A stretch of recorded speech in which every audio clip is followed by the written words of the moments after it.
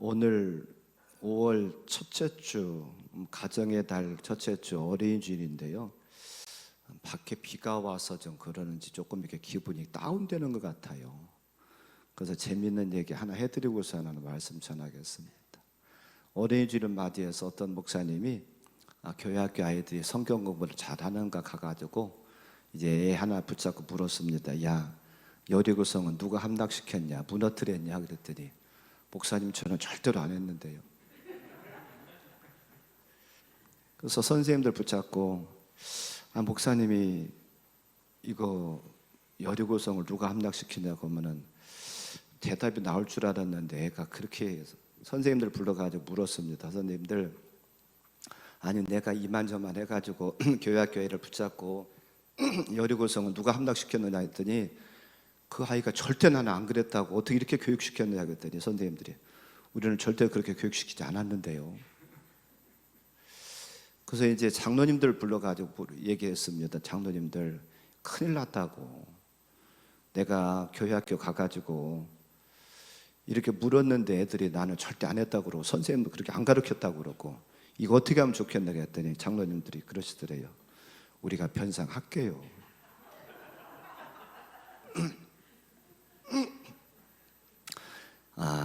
가정의 달 5월달 맞이해서 첫째 주일입니다. 5월은 가정과 관계된 그러한 날들이 이제 몇 가지가 있죠. 5월 5일이 우리가 잘 아는 어린이날이고 5월 8일은 어버이날이고 15일은 스승의 날입니다. 또 달력에 보니까 17일이 성년의 날이다, 그렇게 기록이 되어 있더라고요. 교회에서는 보통 5월 첫째 주일을 어린이 주일로 지킵니다. 둘째 주일은 어버이 주일이고요. 자, 그래서 오늘 5월 첫째 주 바로 어린이 주일입니다. 오늘 어린이 주일을 맞이해서 우리는 저와 여러분들의 자녀를 좀 한번 좀 생각해 보고 또한 저와 여러분들의 자녀를 위해서 기도했으면 좋겠다, 그런 마음을 가지고 오늘 말씀을 좀 준비해 봤습니다. 가정은 하나님께서 주신 사랑의 보금자리지요. 그리고 또한 안식처입니다. 또한 거기서 화목하고 화합을 이루고 서로 교제하는 것을 배우는 아주 귀한 사회의 가장 기초적인 그런 조직이 가정이 아닌가, 그렇게 생각을 합니다. 부부가 있고 부모 자식이 있고 또한 형제 자매가 있습니다. 이들이 서로 가족을 이루면서 사랑으로 하나 되는, 또한 아름다운 조화와 화합을 이루어내는 것이 바로 가정이 아닌가, 그런 생각을 해봐요. 이 어린이날이 되면 사회에서 대대적인 행사를 합니다. 아이들을 잘 양육해야 된다고 굉장히 떠들어요.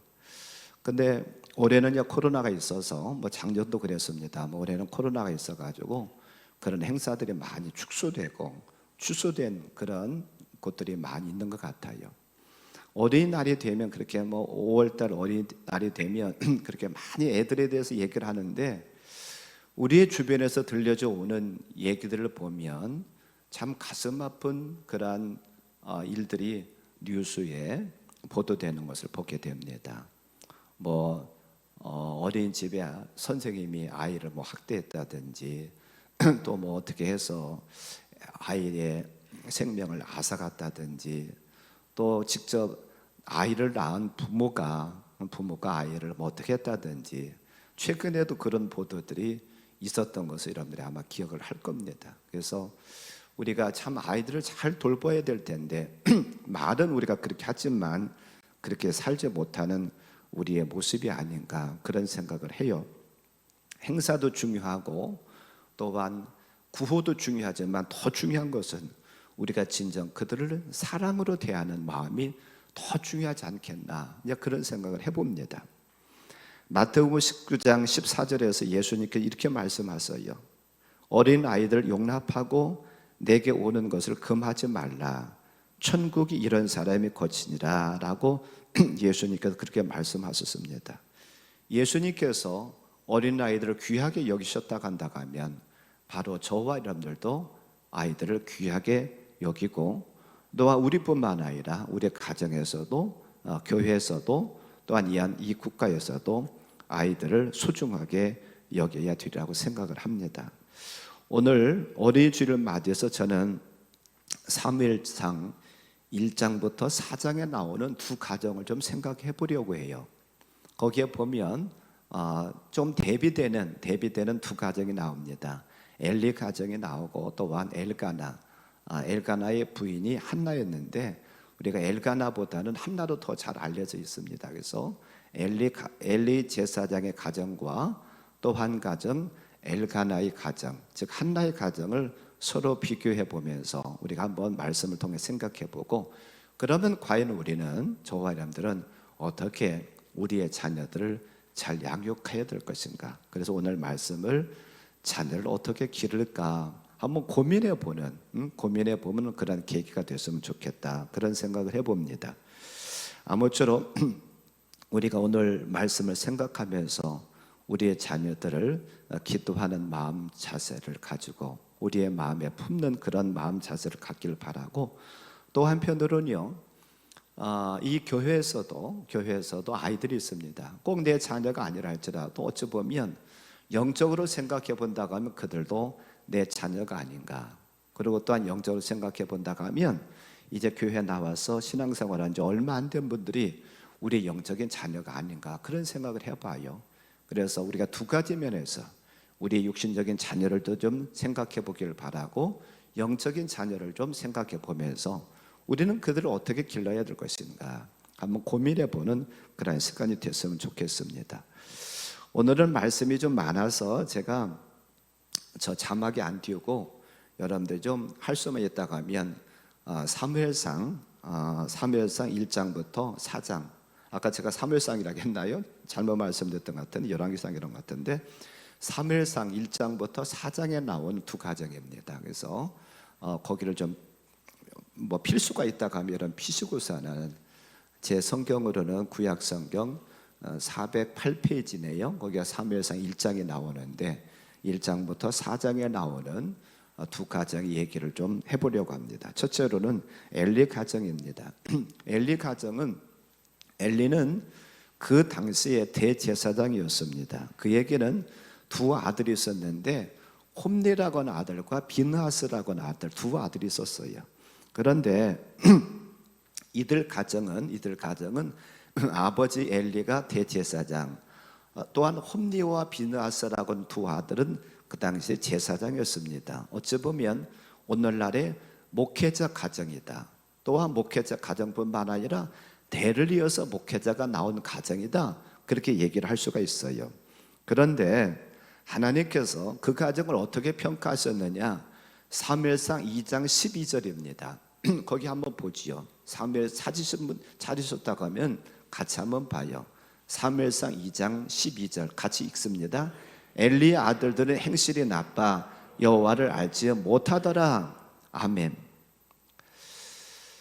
조금 전에 말씀드린 것처럼 엘리는 대제사장이었고, 또한 홈리와 비느하스, 여기 두 아들들이라고 하고서는 거기서 이름은 안 나고 뒤에 보면 이름이 나오는데, 아들들은 홈리와 비느하스 두 아들을 얘기를 해요. 근데 하나님께서 평가하실 때 어떻게 평가하셨어요? 행실이 나빴다. 그리고 또한 어떻다고요? 여호와를 알지 못했다라고 말하고 있어요. 조금 의문을 들지 않아요? 대제사장 가정이고, 또한 홈리와 비느하스는 제사장인데 하나님을 알지 못했다? 이건 이상하잖아요. 근데 왜 그랬느냐? 그 뒤에 이유를 두 가지를 얘기를 합니다. 크게 두 가지 이유를 얘기를 하고 있어요. 왜 이들의 행실이 나쁘고 하나님을 알지 못한다라고 하나님께서 평가하셨나? 그 이유는 13절부터 얘기를 합니다. 거기 13절에 보니까 13절부터 17절을 같이 한번 더 봐봐요. 같이 보지요. 그 제사장들이 백성에게 행하는 관습은 이러하니 곧 어떤 사람이 제사를 드리고 그 고기를 삶을 때에 제사장의 사환이 손에 3살 갈고리를 가지고 와서 그것으로 냄비에나 솥에나 큰 솥에나 가마에 찔러 넣어 갈고리에 걸려 나오는 것은 제사장이 자기 것으로 가지되 실로에서 그곳에 온 모든 이스라엘 사람에게 이같이 할 뿐 아니라 기름을 태우기 전에도 제사장의 사환이 와서 제사를 드리는 사람에게 이르기를 제사장에게 구워 드릴 고기를 내라. 그가 내게 삶은 고기를 원하지 아니하고 날 것을 원하신다 하다가 그 사람이 이르기를 반드시 먼저 기름을 태운 후에 내 마음에 원하는 대로 가지라 하면 그가 말하기를 아니라 지금 내게 내라 그렇지 아니하면 내가 억지로 빼앗으리라 하였으니 이 소년들의 죄가 여호와 앞에 심히 크면 그들이 여호와의 제사를 멸시함이었더라. 아멘. 이게 지금 엘리 제사장의 두 아들 홈니와 비느하스의 만행 첫 번째입니다. 제사를 드리기 위해서 제물을 잡아요. 그리고 여기에 보니까 지금 고기를 삶아서 지금 하나님 앞에 드리는 그러한 제사를 드리고 있어요. 그런데 고기를 가마솥에다 넣고 삶을 때에 그 지금 사환, 제사장들이 보낸 사환, 그 제사장이 사환을 보내가지고 고기 쇠살 갈고리를 가지고서 하나는요 그 솥에다 넣고서 하나는 무엇인가 찍는다는 거예요. 그리고 거기서 걸려 나오는 것은 무엇이든지 간에 그것을 제일 먼저 이 지금 제사장 즉 홈니와 비느하스 것을 취했다는 거예요. 그런데 지금 여기서 잘못은 무엇이냐 하면 제물을 하나님 앞에 먼저 드려야 되죠. 제사장 것이 먼저가 아니지요. 그런데 지금 이런 악행을 저질러요. 또 뭐라고 15절 16절에서 뭐라고 하고 있느냐 하면 기름을 태워서 즉 화제, 우리가 번제단 생각해 보았습니다. 아마 번제단 위에다 올려놓고 장작을 밑에 놓고 태우는 그런 화제를 드리기 전에 먼저 제사장 몫을 떼달라겠다는 거예요. 우리 지금 제사장 홈니와 비느하스는 삶은 거 태운 거 원치 아니하니까 날 것을 달라 먼저 떼고, 지금 여기에 잘못은 무엇이냐면 그게 삶았든지 태워서 드리든지 간에 제사장 몫을 먼저 떼달라겠다는 거예요. 그래서 17절에 하나님께서 뭐라고 이 두 아들 홈니와 비느하스를 평가하셨느냐면 이 소년들의 죄가 여호와 앞에 심히 크면 그들이 여호와의 제사를 멸시함이었더라 라고 평가하고 있어요.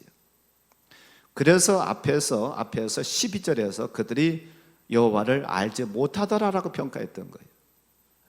머리로는 결론은 하나님을 알아요. 머리로는 하나님을 들었어요. 그러나 그들이 제대로 하나님을 만나지 못하다 보니까 우선순위도 알지 못하고 제사의 중요성도 알지 못하고 그들이 지금 신앙에서 빗나갔던 모습을 보게 됩니다. 아버지를 대신해서 아버지의 대를 이어서 제사장은 되었어요. 그런데 이들이 하나님을 알지 못하는 이런 죄를 범하고 있어요. 그뿐만 아니라 22절 말씀에 보면은요 또 나와요. 사무엘상 2장 22절 보면 거기도 같이 읽어볼까요? 엘리가 매우 늙었더니 그의 아들들이 온 이스라엘에게 행한 모든 일과 회막문에서 수종드는 여인들과 동침함을 듣고 라고 말하고 있어요. 엘리 제사장은 늙었어요. 이제 아들들이 제사장 역할을 지금 같이 하고 있습니다. 그런데 그들이 어떤 또 죄를 저질렀느냐 하면 회막에서 성막에서 수종드는 여인들과 동침하는 그런 잘못을 범했다는 거예요. 이것도 큰 잘못이지요. 그런데 더 큰 잘못은 무엇이냐면 아버지 엘리 제사장의 둘을 불러요. 그래서 책망을 합니다. 23절부터 보면 그들에게 이르되 너희가 어찌하여 이런 일을 하느냐? 내가 너희 악행을 이 모든 백성에게서 듣노라. 내 아들들아 그리하지 말라. 내게 들리는 소문이 좋지 아니하니라. 너희가 여호와의 백성으로 범죄하게 하는도다. 사람이 사람에게 범죄하면 하나님이 심판하시려니와 만일 사람이 여호와께 범죄하면 누가 그를 위하여 간구하겠느냐 하되 그들이 자기 아버지의 말을 듣지 아니하였으니 이는 여호와께서 그들을 죽이기로 뜻하셨음이더라. 아멘. 지금 앞에서 살펴본 두 가지 잘못도 큰 잘못이에요. 하나님 앞에 제사 드리기 전에 제물을 제사장이 먼저 취한 것, 또한 회막에서 수종드는 여인들과 동침한 것, 그것도 큰 잘못이죠. 잘못이에요. 제사를 소홀히 여겼고 하나님 없음 여겼다라고 하는 것, 이거 큰 잘못입니다. 근데 더 큰 잘못은 아버지 엘리 제사장이 그들을 불러가지고 야단을 쳐요. 야, 너희들에 대한 소문이 좋지 않다. 떠나라, 죄에서 떠나라. 응? 그럼에도 불구하고 이들이 어떻게 합니까? 죄에서 떠나지 않는다고 하는 거예요.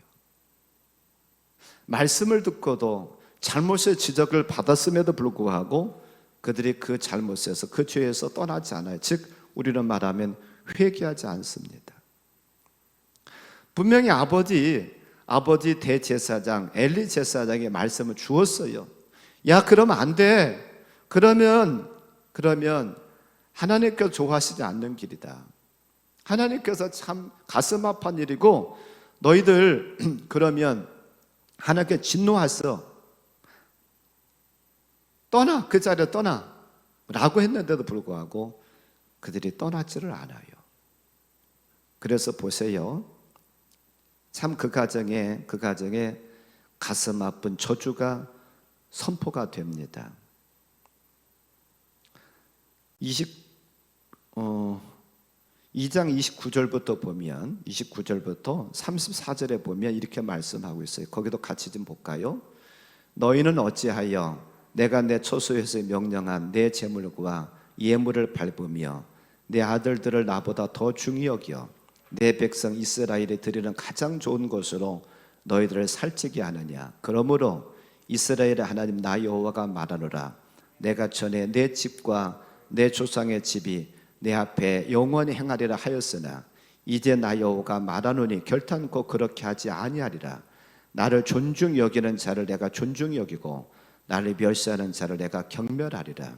보라, 내가 내 팔과 내 조상의 집 팔을 끊어 내 집에 노인이 하나도 없게 하는 날이 이를지라. 이스라엘에게 모든 복을 내리는 중에 너는 내 초소의 환난을 볼 것이요 내 집에 영원토록 노인이 없을 것이며 내 제단에서 내가 끊어 버리지 아니할 내 사람이 내 눈을 쇠잔하게 하고 내 마음을 슬프게 할 것이요 내 집에서 출산되는 모든 자가 젊어서 죽으리라. 내 두 아들 홈니와 비느하스가 한날에 죽으리니 그 둘이 당할 그 일이 내게 표정이 되리라. 아멘. 엘리 제사장 가정에 이런 범죄가 찾아오니까 또한 그곳에서 떠나라고 해도 떠나지 않으니까 하나님께서 그 가정에 진노하시고 저주를 선포하세요. 몇 가지 저주를 선포하십니다. 첫째로 어떤 저주를 선포하셨냐면 이제 제사장의 대를 너희에서 끊겠다라고 하는 거예요. 너희 집을 통해서 너희 후손을 통해서 영원히 나를 섬길 것이다 라고 했지만 이제 그 약속은 취소될 것이다 라고 말씀하고 있어요. 구약시대에 제사장이 되고 대제사장이 된다라고 하는 것은 얼마나 큰 영광이었는지 몰라요. 구약시대에 기름을 부어서 세웠던 사람들이 몇 사람도 있는데 그 중에 한 사람이 제사장입니다. 하나님께 기름 부어서 세운 그런 자들이거든요. 그래서 엘리 제사장 가정을 계속해서 쓰겠다라고 약속했었는데 이제는 그렇게 하지 않겠다는 거예요.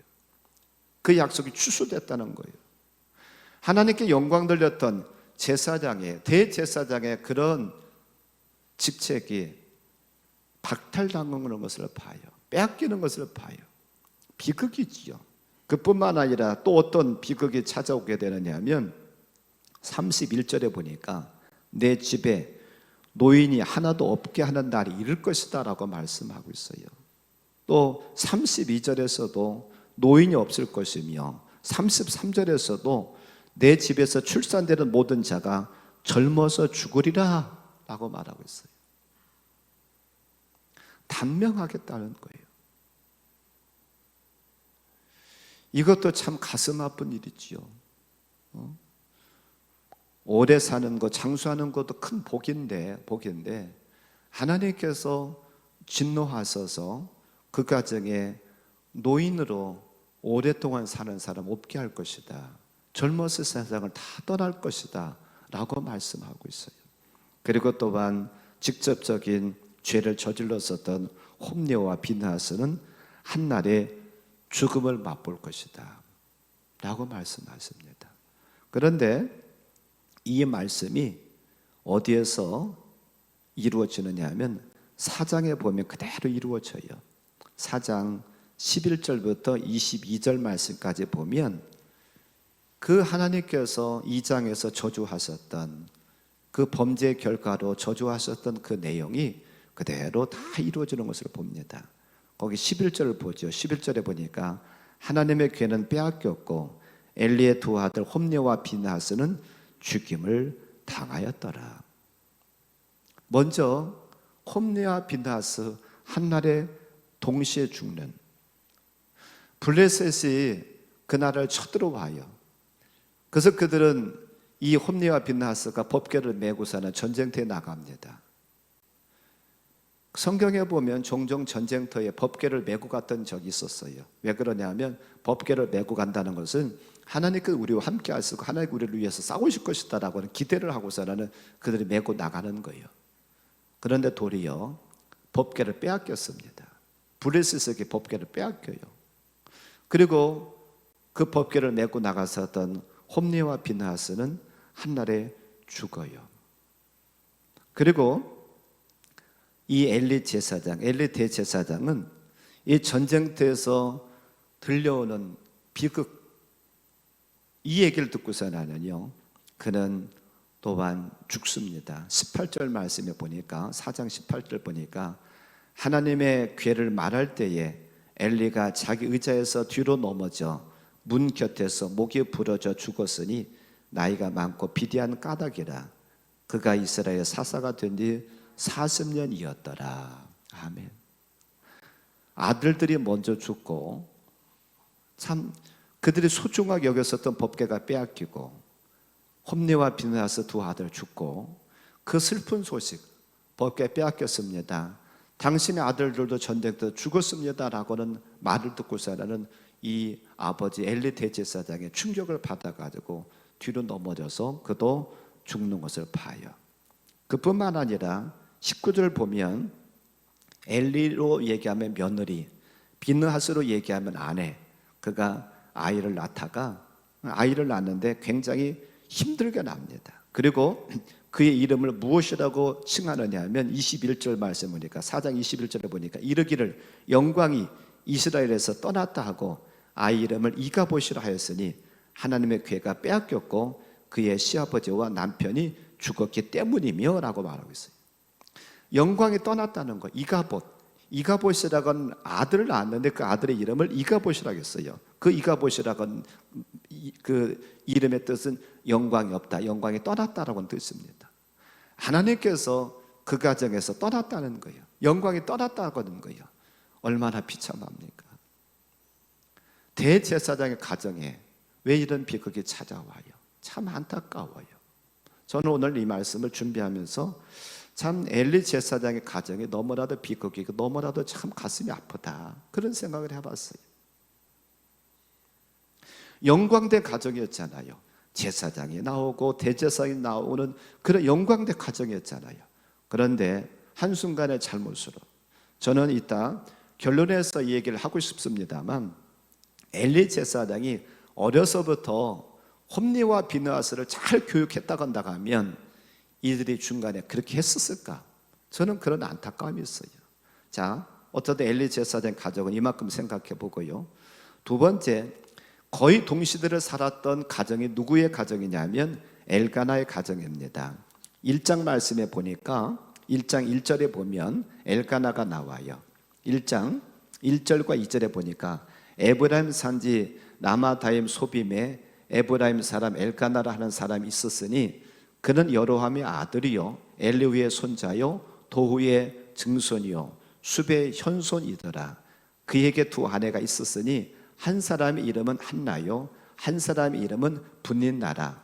분닌나에게는 자식이 있고 한나에게는 자식이 없었더라. 1장 1절에 보면 이 엘가나라고 하는 사람은 그렇게 유명한 사람이 아니에요. 우리가 별로 들어보지 못했던 이름이에요. 그의 조상들도 거기에 보면 여로함의 아들이요 엘리후의 손자요 도후의 증손이요 숲의 현손이라고 그러는데, 여기 나오는 여로함, 엘리후, 도우, 숲 그렇게 성경에서 유명한 사람들이 아니었어요.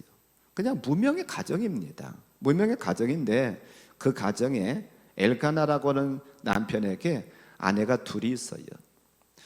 본 부인은 첫째 부인은 한나였고 두 번째는 분인나라고 하는 그런 부인입니다. 근데 그 가정의 비극이 무슨 비극이냐면요, 본 부인은 한나에게는 자식이 없어요. 그리고 둘째 부인은 분인나에게는 자식이 있습니다. 그러니까 이 분인나가 본 부인을 한나를 괴롭게 하는 거예요. 그 괴롭게 했다는 말씀이 그 뒤에 나오지요.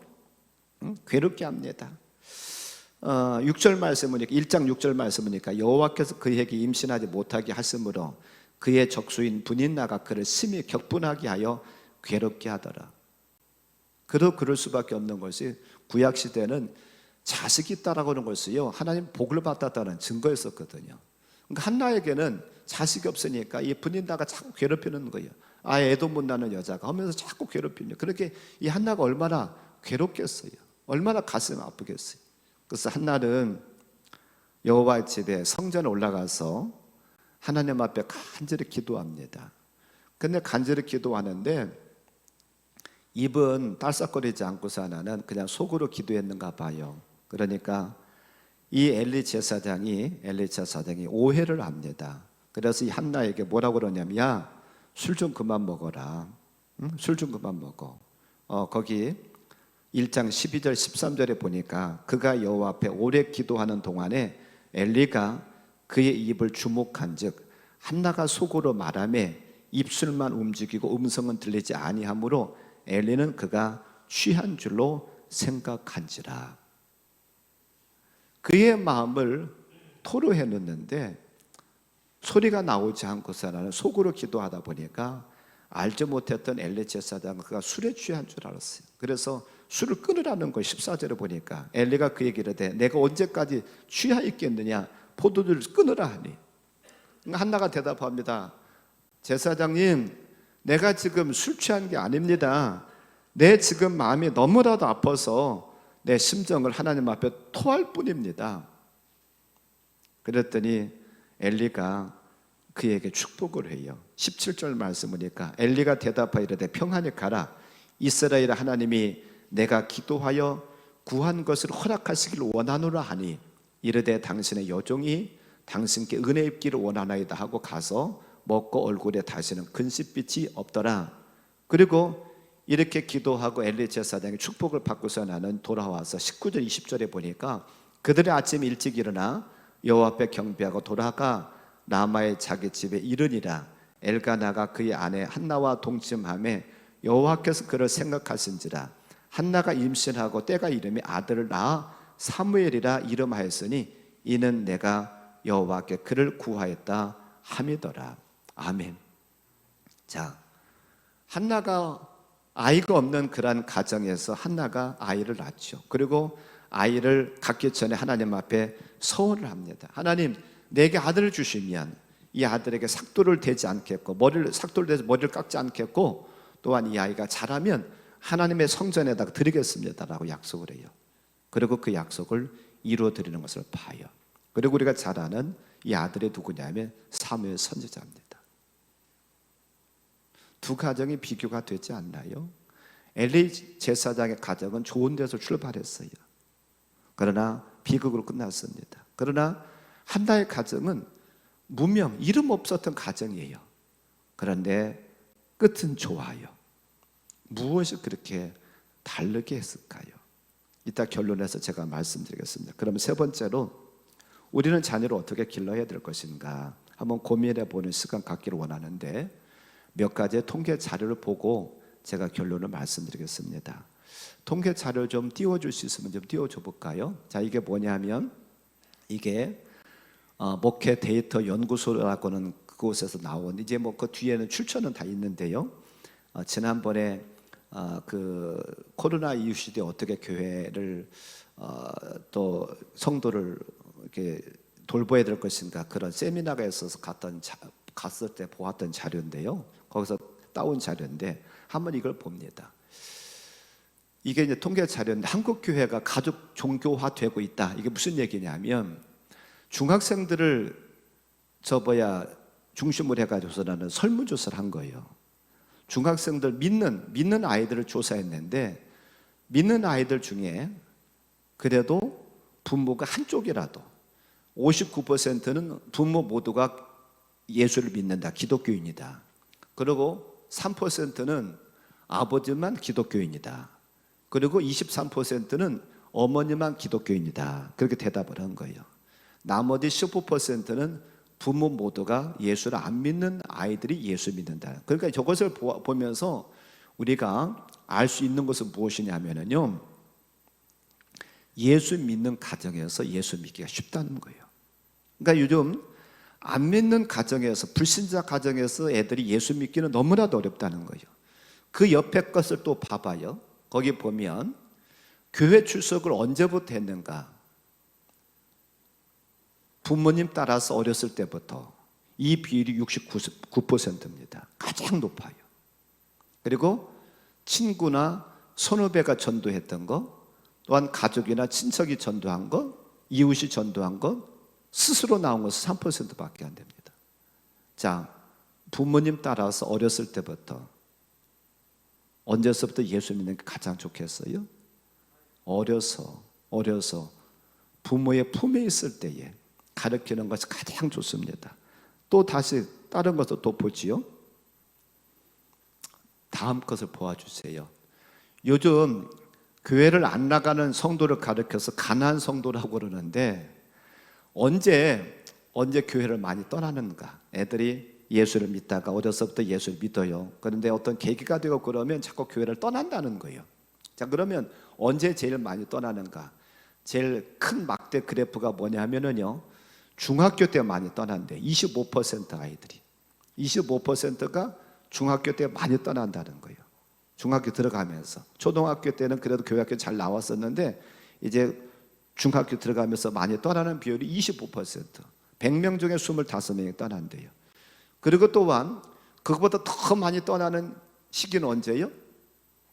대학교 들어가서. 대학 입학 후 일정 시간이 지난 다음에 28%가 떠난대요. 그러니까 우리가 이것을 보고 무엇을 느끼게 되느냐 하면, 우리가 우리의 자녀들을 잘 잡아줘야 된다는 거예요. 잘 신앙으로 양육해야 된다는 거예요. 자, 그 다음에 또 봅니다. 그러면 이제는 우리는 어떻게 아이들을 잘 교육하고 해야 될 것인가? 자, 다음 세대 전략입니다. 우리가 다음 세대 어떻게 해야 될 것인가? 어머니가 교사가 되어야 된다는 거예요. 어머니를. 왜요? 교회에서만 신앙을 가르치는 것이 아니라 가정에서 어머니가 신앙의 교사가 돼가지고서는 가르쳐야 된다는 거죠. 자, 그쪽에 보니까 신앙생활에 가장 영향을 준 사람이 누굽니까? 라고 물었어요. 그랬더니 가장 영향을 준 사람이 누구예요? 어머니예요. 어머니가 32%입니다. 그러니까 엄마가 신앙생활 바로 하고 엄마가 신앙을 아이들이 가르치는 것이 얼마나 중요한가를 봐요. 그 다음에 목회자는 16%밖에 안 돼요. 어머니의 반절밖에 안 됩니다, 목회자가. 그 다음에 아버지는 15%예요. 아버지도 그렇게 큰 영향을 못 미쳐요. 그 다음에 10%는 교회 친구나 선후배. 그 다음에 교회 친구나 선후배, 학교 친구나 선후배가 7%, 교회학교 교사는 제후 6%밖에 안 돼요. 그러니까 교회학교 교사보다도 엄마가 교육하는 것이 그 비율로 몇 배가 돼요? 한 5배가 되는 거예요. 물론 그렇다고 교회에서 성경 가르칠 필요가 없다, 그건 절대로 아닙니다. 교회에서 열심히 가르쳐야 돼요. 또한 선생님들도 열심히 해야 됩니다만, 더 중요한 것은 가정에서 엄마가, 아버지도 물론 해야 되겠습니다만, 어머니가 신앙교육 시키는 것이 얼마나 중요한가를 볼 수가 있어요. 하나만 더 보지요. 자, 여기 이제 하나 더 봅니다. 코로나19 이후 다음 세대 신앙교육 방향은 가정에서 신앙교육이 제일 필요하다는 거예요. 가정 안에서. 코로나19 이후에 다음 세대 신앙교육에 대한 의견을 물었습니다. 그랬더니 어떻게 대답했느냐 하면, 부모와 자녀 간의 신앙적 대화와 친밀감을 강화시켜야 된다. 이건 복수 대답도 있습니다. 그 다음에 정기적인 가정 예배가 정착될 수 있도록 훈련해야 된다. 이 두 가지를 보면서 뭘 느끼십니까? 부모와 자녀 간의 신앙적인 대화와 친밀감이 필요하다는 거예요. 두 번째는 정기적인 가정 예배가 필요하다는 거예요. 이 두 가지는 가정에서 이루어져야 될 일입니다. 그러니까 비율이 제일 높아요. 66%, 39%. 그래서 이 두 가지. 자, 결론을 맺습니다. 통계 지금 보았는데 시간도 많이 가고 그래서 제가 자세히 말씀드리고 설명하지 않겠습니다. 저는 우리 자녀를 어떻게 길러야 될 것인가 세 가지를 간단하게 말씀드리려고 그래요. 첫째로는요, 한나가 기도했던 것처럼 저와 여러분들의 자녀를 위해서 꼭 기도하시기 바랍니다. 우리 자녀들, 우리가 생각할 때는 우리 자녀들 내 마음대로 좀 커졌으면 좋겠다라고 생각하지만 그게 내 마음대로 되나요? 안 되잖아요. 아마 다 느끼실 겁니다. 부모의 바람처럼 큰다고 하면 속 썩일 자녀가 어디가 있어요? 잘못될 자녀가 어디가 있습니까? 다 잘 되지. 그런데 내 바람처럼 안 돼요. 그렇기 때문에 우리는 자녀를 위해서 꼭 기도해야 됩니다. 하나님, 이 자녀 함께 해주세요. 함께 해주세요. 우리가 자녀를 하나님 앞에 맡기면서 내 마음대로 키울 수가 없습니다. 내가 그 자녀를 키울 수가 없습니다. 하나님께서 그 아이를 붙잡아 주세요. 자녀들 이름을 불러가면서 꼭 여러분들 기도하기를 바랍니다. 성 어거스틴의 어머니 모니카가 그 자녀를 위해서 기도하잖아요. 어거스틴을 위해 기도하잖아요. 그게 그 어거스틴이 그냥 방랑생활 했잖아요. 어머니의 간절한 기도를 통해서 그가 돌아오고 성자까지 되잖아요. 어머니의 기도가, 아버지의 기도가 이만큼 필요하다는 거예요. 그래서 기도하면서 키우길 바랍니다. 두 번째로는 우리가 오늘 잠언 22장 6절 말씀 보았는데 거기에 다시 한번 봅니다. 잠언 22장 6절 말씀. 마땅히 행할 길을 아이에게 가르치라. 그리하면 늙어도 그것을 떠나지 아니하리라. 아이에게 가르치래요. 어렸을 때부터 가르치길 바랍니다. 우리가 지금 통계 자료를 통해서도 본 것처럼 아이에게 어렸을 때 가르치는 걸 훨씬 효과적입니다. 나중에 하겠지가 아니라 어려서부터 내 품에 있을 때부터 여러분들이 자녀를 잘 하나님의 말씀으로 가르칠 수 있기를 바라요. 세 번째, 저는 마지막으로 저와 여러분들이 신앙의 본을 보이기를 바랍니다. 우리는 안 하면서, 나는 기도하지 않으면서, 나는 제대로 예배 생활 안 하면서, 야, 아무개 교회 가야지, 아무개 기도해야지 한들 아이들 그것을 하겠어요? 이렇게 하라 저렇게 하라 하지 않아도 내가 기도하는 모습을 보여주면 아이들이 따라서 하게 되어 있습니다. 내가 예배 열심히 참석하는 모습을 보여주면 아이들은 예배 열심히 참석하게 되어 있습니다. 그래서 저와 여러분들이 자녀들에게 본으로 그들에게 교육하기를 바랍니다. 입으로 교육하는 것이 아니라, 저와 여러분들이 입으로가 아니라 우리의 행동으로 우리의 본을 보여주셔서 그들에게 교육해서 아무쪼록 바라고 원하기는 저와 여러분의 가정에서 저와 여러분의 자녀들 통해서 기쁨이 있기를 바라고, 우리의 자녀들이 하나님께 쓰임받고 하나님과 영광 돌리는, 또한 많은 사람이 칭송받는 저와 여러분의 자녀들 다 되기를 주님의 이름으로 간절히 축원합니다.